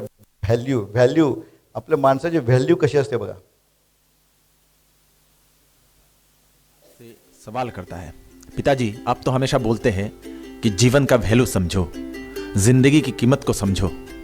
आप मुझे आज ये बताइए तो इंसान के जीवन का वैल्यू क्या होता है, आप मुझे समझाइए आज. पिताजी चुपचाप उसको एक पत्थर दे देते हैं और उसको बोलते हैं कि इसको लेकर तुम्हें मार्केट में जाना है. लोग जब इसकी कीमत तुमसे पूछे तो सिर्फ तुम्हें 2 उंगली को ऊपर उठाना है, कुछ नहीं बोलना है। वो लोग क्या कीमत बोलते हैं वो तुम्हें मुझे आकर बताना है। लड़का मानता है और उस पत्थर को लेकर चले जाता है बाजार पे। बाजार में जाने के बाद वो पत्थर को लेकर ऐसे हाथ में खड़ा हो जाता है। एक महिला आती है और पूछती है उस लड़के से, इस पत्थर का कीमत क्या है? ये लड़का अपने दोनों उंगलियों को ऊपर उठाता है तो महिला बोलती है 20 रुपए, मैं देने के लिए तैयार हूँ, दे दो। लड़का दौड़ के आता है अपने बाप के पास, बोलता है पिताजी एक महिला मिली जो मुझे इसके लिए 20 रुपया देने के लिए तैयार हो गई। तो फिर पिताजी बोलते हैं अभी तुम्हें इसको लेकर एक म्यूजियम पर जाना है और वहां तुम्हें इसको लेकर खड़ा होना है, फिर वही करना है। लड़का चले जाता है, पास में एक म्यूजियम था, वहां पर जाकर खड़ा हो जाता है और एक आदमी आता है और पूछता है किस पत्थर की कीमत क्या है? लड़का अपने दोनों उंगलियों को खड़ा करता है। आदमी बोलता है 2000 रुपए, मैं देने के लिए तैयार हूँ। लड़का दौड़ के आता है और अपने बाप को बोलता है बाबा मैं हैरान हो गया, एक महिला 20 रुपए देने के लिए तैयार थी, अभी जो म्यूजियम में जो एक आदमी मिला वो मुझे 2000 रुपए देने के लिए तैयार था, ये कैसे हुआ? फिर उसका बाप उसको फिर बोलता है अभी तुमको इसको लेकर एक सुनार की दुकान पे जाना है। वो सुनार की दुकान पे चला जाता है। सुनार जो है उसको देखने के बाद बोलता है कितने में बेचोगे उसको? ये लड़का अपने दोनों उंगलियों को दोबारा वही ऐसा ही करके उठाता है और सुनार बोलता है 20,000 रुपए, मैं देने के लिए तैयार हूँ। लड़का हैरान हो जाता है, दौड़ के अपने बाप के पास आता है और बोलता है बाबा बाबा आज तो चमत्कार ही हो गया, सुनार मुझे 20,000 रुपया देने के लिए तैयार हो गया। उसका बाप फिर उसको बोलता है अभी तुम जौहरी के पास जाओ, हीरो की दुकान पे जाओ। वो जौहरी के पास चला जाता है। हीरे की दुकान का जो मालिक है वो देखते ही चौंक जाता है और उस पत्थर को हाथ में लेकर बोलता है अरे यार इसको मैं जिंदगी भर ढूंढ रहा हूं, तुमको ये कहां से मिला, तुमको इसके लिए कितना चाहिए बोलो। ये लड़का फिर वही 2 उंगली उठाता है और जौहरी बोलता है 2 करोड़ मैं तुम्हें अभी के अभी देने के लिए तैयार हूं। लड़का चौंक जाता है और उसको लेकर दौड़ के अपने बाप के पास चला आता है और बोलता है बाबा ये कैसा अचंभा चीज है, जौहरी मुझे 2 करोड़ देने के लिए तैयार हो गया। तो ये बाप उस बेटे को समझाता है जिंदगी की वैल्यू यही है, तुम किसके पास रहते हो, जिसकी जो औकात है वही तुमको वही वैल्यू देगा। तुम अगर बाजार में यूं ही घूमते हो तो तुम्हें बाजार वाली वैल्यू मिलेगी। तुम अगर जौहरी के पास जाते हो तो जौहरी को पता होता है हीरे की पहचान। तुम्हारे लाइफ में बहुत सारे लोग तुमको इस्तेमाल करने के लिए बैठे हैं, अगर तुम उनके पास जाते हो वो तुम्हें एक सामान के रूप में इस्तेमाल करेंगे। कुछ लोग तुम्हें सच में प्यार करते हैं, अगर तुम्हें वो बात पता नहीं चलेगा तो तुम एक सामान बन जाओगे, एक कमोडिटी बन जाओगे और लोग तुम्हें इस्तेमाल करते ही रहेंगे जिंदगी भर। यही होता है जिंदगी के वैल्यू, किसके संग में रहते हो वही पर डिपेंड करता है तुम्हारी वैल्यू। अगर तुमको अपनी वैल्यू बढ़ानी है, जानना है एक्चुअल तुम्हारी वैल्यू क्या है, तो उस इंसान के पास जाओ जिसको इंसान की वैल्यू पता हो, जिसको लोगों की वैल्यू पता हो, जिसको हीरे की पहचान हो। जौहरी के पास जाओ, वही तुमको असली वैल्यू बताएगा। दोस्तों ये कहानी आपको कैसी लगी आप कमेंट करके ज़रूर बताइएगा। आपको भी अगर अपने वैल्यू को पहचानना चाहते हैं तो अपने फील्ड में जबरदस्त टॉप में जो बैठा है उसके पास जाओ, तभी आपको वैल्यू पता चलेगा। रिश्तों में भी सेम यही है। काफ़ी सारे लोग आपका इस्तेमाल करने के लिए बैठे हैं और काफ़ी सारे लोग आपको प्यार करने के लिए बैठे हैं। आप कहाँ पर जाना पसंद करते हैं? जो आपको सच में प्यार करते हैं या फिर जो आपको दिखावे में प्यार करते हैं और आपका इस्तेमाल कर रहे हैं उसके पास जाना पसंद करते हैं? बात आप पर डिपेंड करता है। अगर इस कहानी एक लड़का आवडलं? आता हा लास्ट व्हिडिओ मी अनुभव माझा सांगतो, मी मेडिकल डॉक्टर्सच्या सुद्धा हे दाखवतो, तर स्पेशली लेडी डॉक्टर्स त्यांच्या डोळ्यात पाणी येतं, कारण दॅट रिलेट्स टू दे, ते त्यांच्या आयुष्याशी निगडीत वाटतं त्यांना. कालच म्हटलं भारतात नव्हे, कालच आमच्याकडे एक याची होती मोरोक्कोची हे होती डॉक्टर, पाणी आलं, तिला मी काल दाखवलं. Watch this video, very excellent and that is the end. अजिबात ज्यांना इंग्लिश कळत नाही असे कोण आहेत का? तर मराठीत सांगू शकतो मी, कळेल ना तेवढं? येस, आता कळतं सगळ्यांना.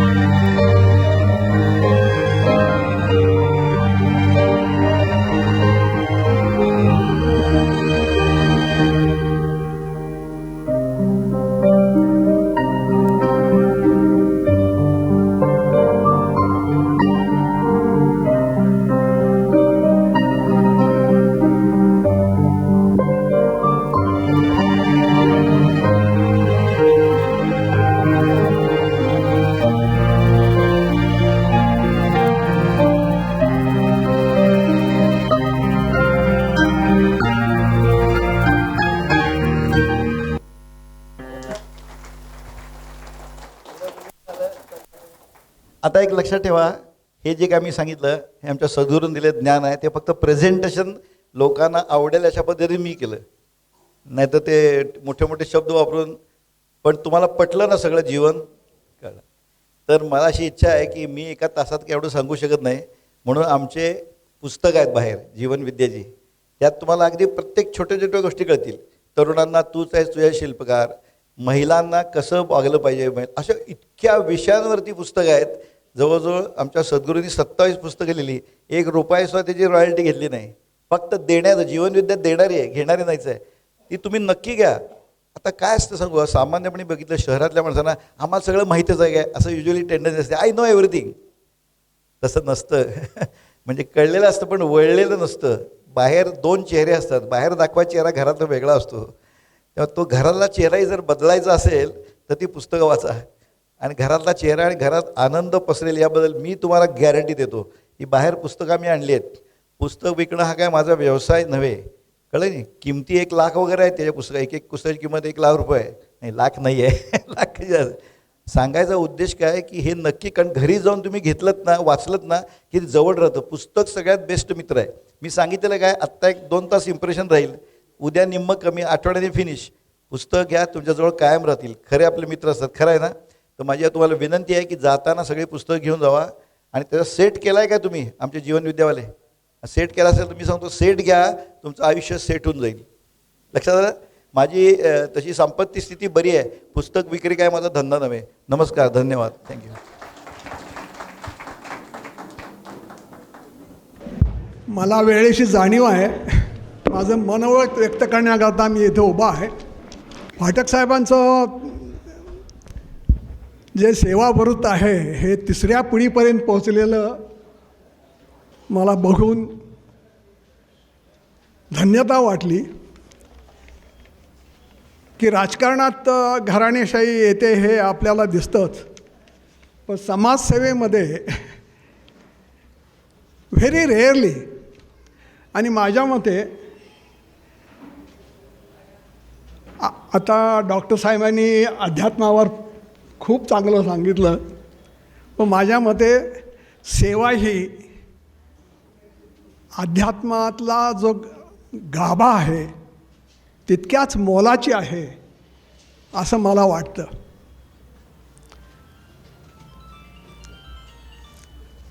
डॉक्टर साहेबांनी माझं काम इतकं हलकं केलं की वेळ, पण मला त्यांच्या सिन्सिअरिटीला किंवा अध्यात्माचा जो काही गाभा आहे आजकाल, कारण पोथीपुराणं वाचून वगैरे सगळा थोडासा मी कन्फ्युजन होणार नाही, पण विविध मार्ग आहेत. परंतु पै साहेबांनी जे कार्य केलं आहे, इतकं अप्रतिम कार्य केलं आहे की आजच्या जीवनाला लागेल अशा योग्य गोष्टी लोकांपर्यंत पोहोचल्या पाहिजेत. आणि त्याकरता आमच्या सांगलीच्या डॉक्टर पटवर्धन डॉक्टर साहेबांनी जे मेहनत घेतलेली बघून मला इतकं धन्यता वाटली. कारण काय आहे की हे प्रेझेंटेशन हा जो भाग आहे, नुसतं बोलण्यापेक्षा हे प्रेझेंटेशन मोस्ट इफेक्टिव्ह आहे. आणि मी आत्ता एवढीच सूचना करेन की जो समोरचा जो वर्ग आहे त्याचं वर्गीकरण करावं असं माझं सिन्सिअरली तुम्हाला एक सजेशन आहे. कारण विद्यार्थी म्हटले की एक वेगळी अवस्था असते, यंग माणसं म्हणली की वेगळी अवस्था असते. आमच्यासारखे वयस्क किंवा इथं बहुसंख्य जी माणसं उभी आहेत, तर इतका मोठा तुम्ही जो प्रयास केलेला दिसतो मला, तर त्याबद्दल मी धन्यता मानतो. आणि फाटक कुटुंबाने जी सेवा करतात त्यांची सेवा अशीच अविरत चालू राहो अशी भगवंतचरणी प्रार्थना करतो. आणि मी उद्योजक म्हणून जे माझ्या हाती आहे ते मी सतत करत जाईन एवढं मी सांगून आपली रजा घेतो. नमस्कार.